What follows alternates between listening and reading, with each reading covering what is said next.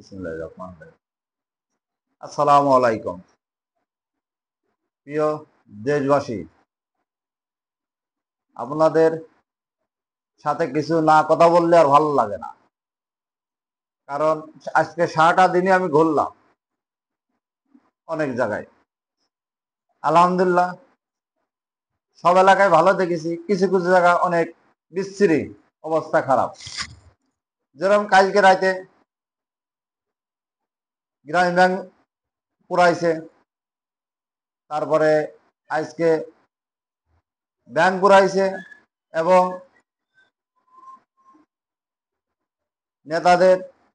কিছু নেতাদের সাথে বাক বিতর্ক হয়েছে। তা ভাই এসব পুরাপুরি তো দরকার নাই।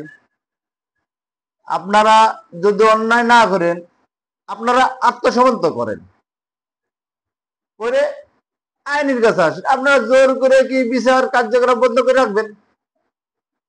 তাহলে তো হবে না।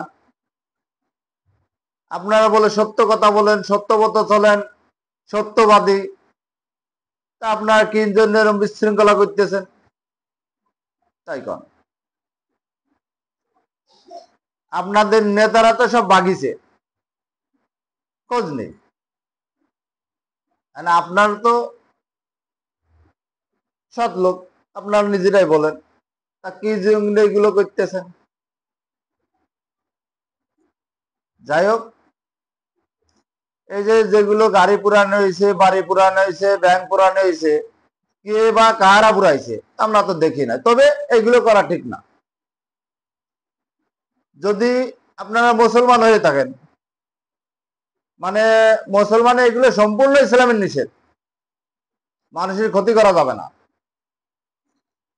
আর যদি মুসলমান না হয়ে থাকেন, তাহলে আপনাদের ধর্মে কি আছে আপনারাই জানেন। আপনার তো ধর্মের বাইরে না, যে যে ধর্মে আছে সেই ধর্ম নিয়ে বাস করেন। তবে একটা কথা কি যে ভাই, সামনে নির্বাচন আছে, নির্বাচনের দিক তাকান, উচ্ছৃঙ্খলা করেন না, নিজেরা বিপদ ডেকে নিয়েছেন না। নিজেরা বিপদ ডেকে নিয়ে নিজেদেরই ক্ষতি। আইন শৃঙ্খলা বাহিনী তো বসে থাকবে না, প্রশাসন বসে থাকবে না, সরকার বসে থাকবে না, সেনাবাহিনী বসে থাকবে না, কোর্ট কাছারি বসে থাকবে না। আপনাদের এমন কোন হ্যাডাম হয় নেই যে আপনারা সব স্তর্ক করে দেবেন। তা ভাই আসেন, আমরা সঠিক পথে চলার চেষ্টা করি। আপনারা নিলিবিলি থাকেন। আপনারা যদি কেউ অন্যায় না করেন, আপনাদেরকেও পুলিশে হয়রানি করবে না। যদি অপরাধ না করে থাকেন, হয়রানি করবে না। হ্যাঁ, সঠিক পথে চলেন। সঠিক পথে চলে, সঠিকভাবে চলে আইনের গতিতে চলাফেরা করেন। আর একটা কথা ভাই, ইউনিট সরকার কিন্তু বিদেশে আইসে কিন্তু বসি নাই, এই বাংলাদেশি লোকজন তাকে নিয়ে আইছে। তাকে বাংলাদেশের লোকজন নিয়ে আসে, সে একটা সুস্থ নির্বাচন দিয়ে সে চলে যাবে। যে নির্বাচিত হবে সেই ক্ষমতায় যাবে, যে দেশটা ভালো করে চালাবে। তবে একটা কথা যে সংবিধান, কোরআনের সংবিধান মতোই যেন চলে।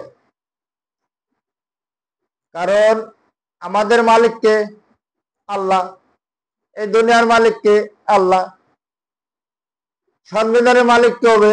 আল্লাহ হবে। তাই সংবিধান যদি কোরআনের সংবিধান হয়, এইটুকু আমার অনুরোধ এই দেশের জনগণ সরকারের উপরে, এই দেশের রাজনীতিবিদদের উপরে। আমরা তো ভাই রাজনীতি করি না, আমরা হলে সাধারণ জনগণ। কিন্তু আমরা তো আপনাদের কাছে অনুরোধ করতে পারি যে আমাদের এই কাজটা করে দেন। আপনাকে দাবি করতে পারি। আমরা তো ডাইরেক্ট করতে পারবো না, আমাদের মিডিয়ার মাধ্যমে আপনাদের কাছে দাবি করতে হবে, মিডিয়ার মাধ্যমে আপনাদের কাছে পৌঁছাতে হবে। এই, তাছাড়া আর কিছু না। যাই হোক, আমার বক্তব্য আমি শেষ করছি। আমি মাসুম বিল্লাহ, শাপলা টিভি, ঢাকা।